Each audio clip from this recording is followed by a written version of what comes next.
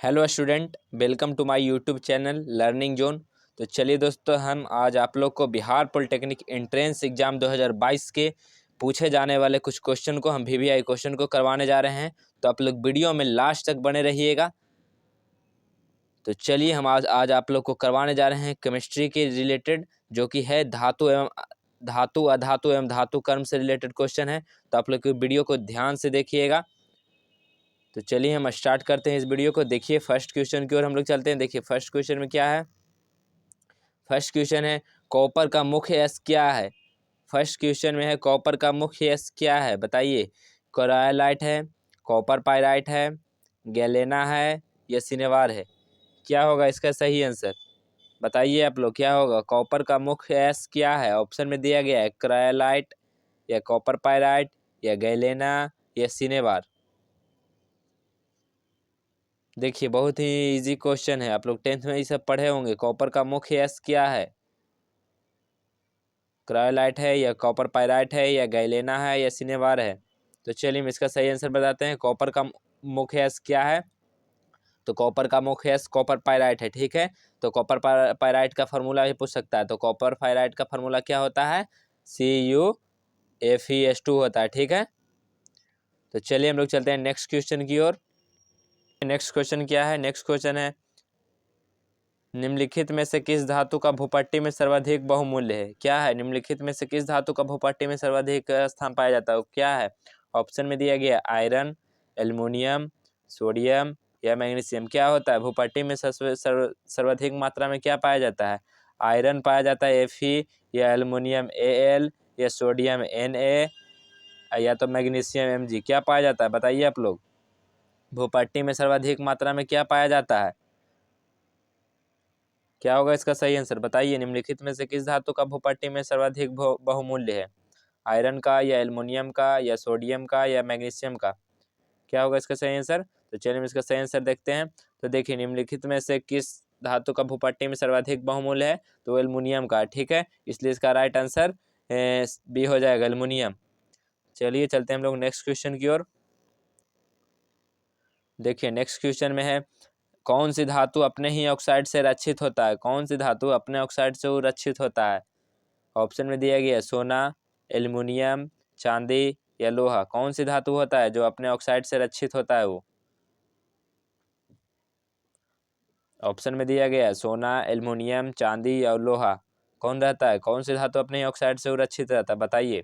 तो चलिए हम इसका सही आंसर बताते हैं। कौन सी धातु अपने ही ऑक्साइड से रक्षित रहता है, एल्युमिनियम रहता है। ठीक है, इसलिए इसका राइट आंसर बी होगा, एल्युमिनियम, जिसका सिंबल एल होता है। आप लोग सिंबल और इस सब का सूत्र फॉर्मूला को भी याद रखिएगा। ठीक है, ये बहुत ही मोस्ट इंपॉर्टेंट रखता है एग्जाम के पॉइंट ऑफ व्यू से। चलिए इससे भी क्वेश्चन आ सकता है। चलिए चलते हैं हम लोग नेक्स्ट क्वेश्चन की ओर। देखिए नेक्स्ट क्वेश्चन में है एमरी कहलाता है। एमरी हम लोग किसको बोलते हैं, एमरी क्या कहलाता है। ऑप्शन में दिया गया शुद्ध एल्यूमिना कहलाता है, या सोडियम हाइड्रोक्साइड कहलाता है, या पोटेशियम नाइट्रेट कहलाता है। क्या कहलाता है एमरी।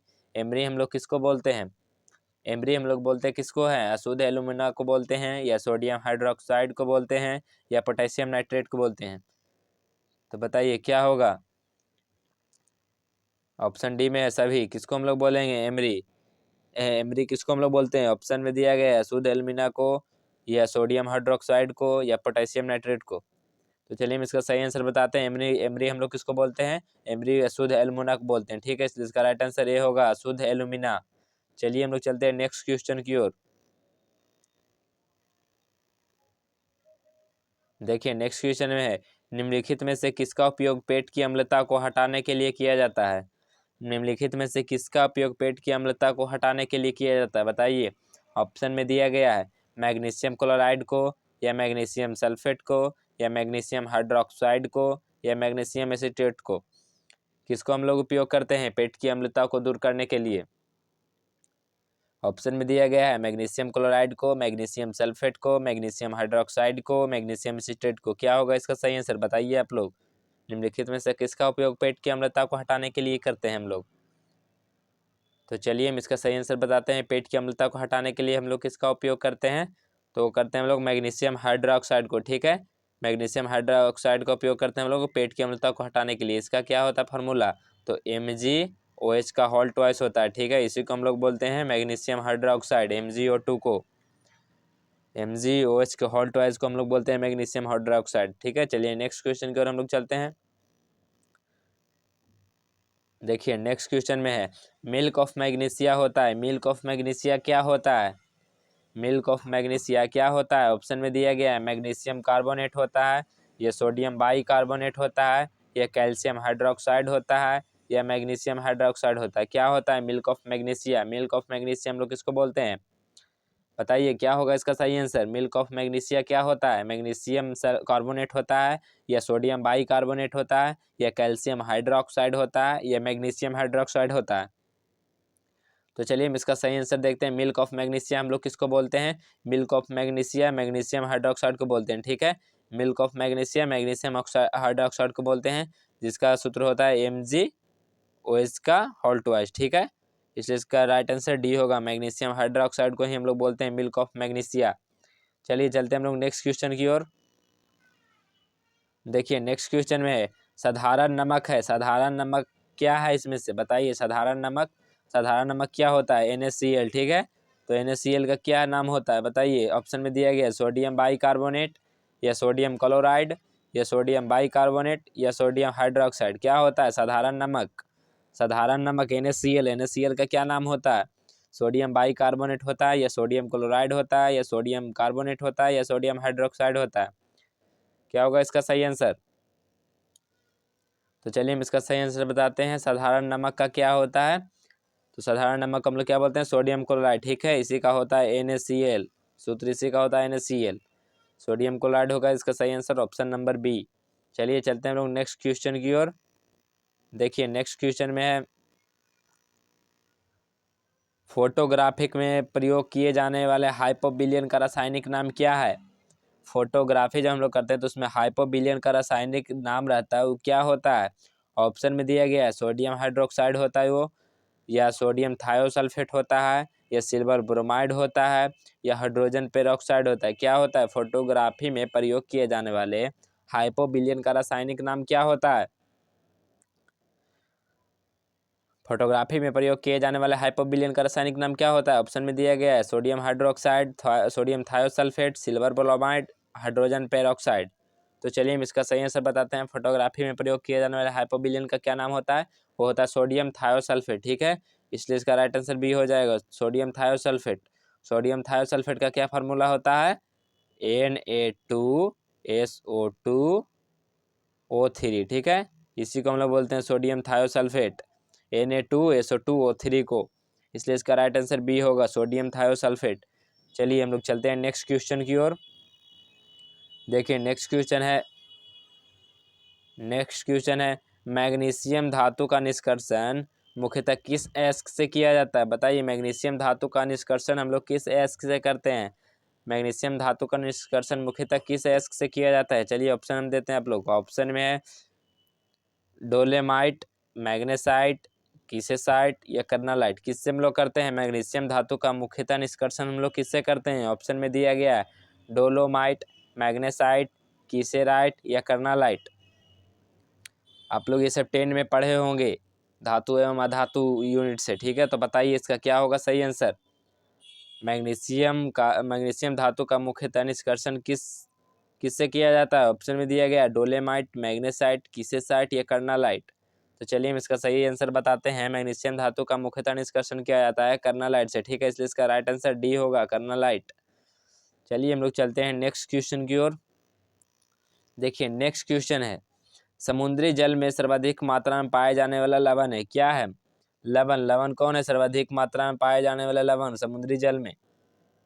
तो ऑप्शन में देखिए दिया गया है zinc oxide, sodium chloride, magnesium chloride, या सोडियम कार्बोनेट। क्या होता है समुद्री जल में सर्वाधिक मात्रा में पाए जाने वाला लवण क्या होता है, आप लोग जानते होंगे, बताइए इसका क्या होगा सही आंसर।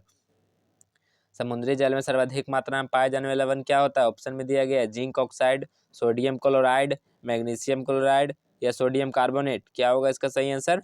तो चलिए हम इसका सही आंसर देखते हैं। समुद्री जल में सर्वाधिक मात्रा में पाया जाने वाला लवण क्या होता है, वो सोडियम क्लोराइड होता है, NaCl, ठीक है। इसलिए इसका राइट आंसर बी होगा, सोडियम क्लोराइड, NaCl। चलिए हम लोग चलते हैं नेक्स्ट क्वेश्चन की ओर। देखिए नेक्स्ट क्वेश्चन में है, क्लोरीन बूझे हुए चूने के साथ प्रतिक्रिया करके क्या बनाती है? क्लोरीन बूझे हुए चूने के साथ प्रतिक्रिया करके क्या बनाती है? बताइए क्या होगा इसका सही आंसर? क्या होगा? देखिए हम यहाँ पे बता रहे हैं आप लोग को, क्लोरीन Ca+ बुझा हुआ चूना का क्या होता है फार्मूला? CaOH के होल ट्वाइस। इससे वो अभिक्रिया करके क्या बनाएगा रिएक्शन करके? बताइए आप लोग। क्लोरीन बुझा हुआ चूना के साथ प्रक्रिया करके क्या बनाता है? Sorry guys. देखिए यहाँ पे क्लोरीन जो कि है बुझा हुआ चूना के साथ अभिक्रिया करके क्या बनाता है? CaOH2 के अभिक्रिया करके क्या बनाता है? बताइए आपको इसका क्या होगा सही आंसर? क्लोरीन बुझा हुआ चूने के साथ प्रतिक्रिया करके क्या बनाता है? बताइए तो क्या बनेगा? देखिए आप लोग क्या हो जाएगा?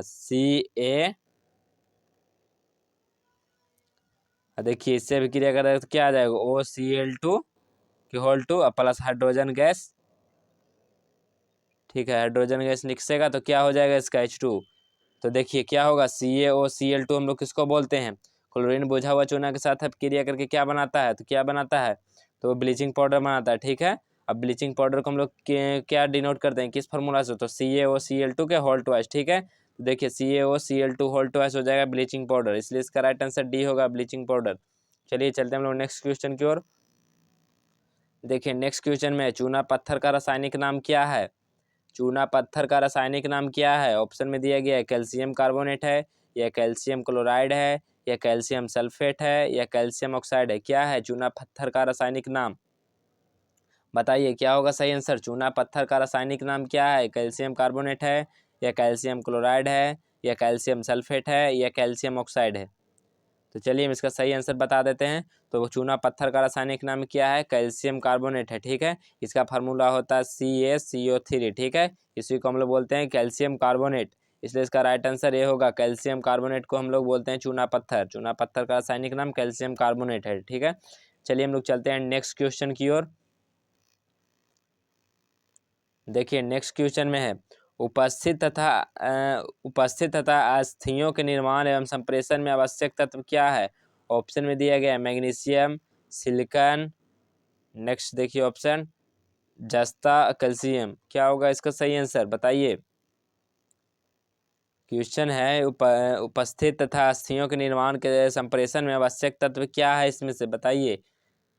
तो चलिए हम इसका सही आंसर बताते हैं। उपस्थित अस्थियों के निर्माण और संप्रेषण के लिए आवश्यक तत्व क्या है? सिलिकॉन है। ठीक है, इसलिए इसका राइट आंसर बी होगा, सिलिकॉन। चलिए हम लोग चलते हैं नेक्स्ट क्वेश्चन की ओर। देखिए नेक्स्ट क्वेश्चन में है, निम्नलिखित में कौन सा धातु अमलगम नहीं बनाता है? ये आप लोग नेक्स्ट लेक्चर देखे होंगे तो उसमें देखे होंगे, निम्नलिखित में से कौन सा धातु अमलगम नहीं बनाता है? बताइए आप लोग क्या होगा इसका आंसर? ऑप्शन में है लोहा, पोटेशियम, सोडियम, तांबा। क्या होगा? निम्नलिखित में से कौन सा धातु अमलगम नहीं बनाता है? बताइए निम्नलिखित में से कौन सा धातु अमलगम नहीं बनाता है? लोहा या नहीं बनाता है, या पोटेशियम नहीं बनाता है, या सोडियम या तांबा, क्या नहीं बनाता है अमलगम? कौन धातु?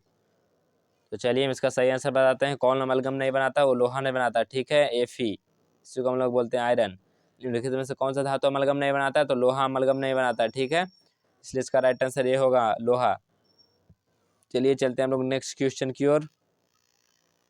देखिए नेक्स्ट क्वेश्चन में है, निम्नलिखित में से किससे टेप रिकॉर्डर की टेप लेपित रहती है? निम्नलिखित में से किससे टेप रिकॉर्डर की टेप लेपित रहती है? ऑप्शन में दिया गया है, जिंक ऑक्साइड को, नीला थोथा, या पारा, या फेरोमैग्नेटिक चूर्ण। बताइए निम्नलिखित में से किससे टेप रिकॉर्डर में टेप लेपित रहती है? ऑप्शन में दिया गया है, जिंक ऑक्साइड लेपित रहती है, या नीला थोथा, या पारा, या फेरोमैग्नेटिक चूर्ण। तो देखिए निम्नलिखित में से किसके टेप रिकॉर्डर की टेप लेपित रहती है? और फेरोमैग्नेटिक चूर्ण के। ठीक है, इसलिए इसका राइट आंसर डी होगा, फेरोमैग्नेटिक चूर्ण। चलिए हम लोग चलते हैं नेक्स्ट क्वेश्चन की ओर। देखिए नेक्स्ट क्वेश्चन में है, लोहे पर जंग लगने पर लोहे का भार क्या होता है? बताइए आप लोग, लोहे पे जब जंग लगेगा तो लोहे का भार क्या होगा? ऑप्शन ए में दिया गया है, अधिक हो जाता है, या वही रहता है, या कम हो जाता है लोहा का भार, या निश्चित नहीं रहता है। क्या होता है? लोहे पे जब जंग लगेगा तो लोहे का भार हम लोग का क्या हो जाएगा? बताइए। बहुत ही इजी क्वेश्चन है, लोहे पे जब जंग लगेगा तो लोहे का भार क्या होगा?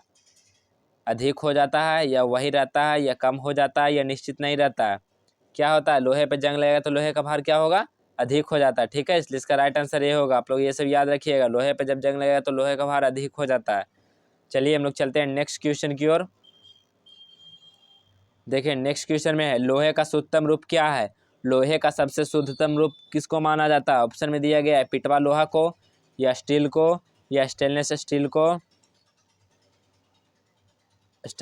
को, या ढलवा लोहा को, किसको कहा जाता है? बताइए, लोहे का शुद्धतम रूप क्या है?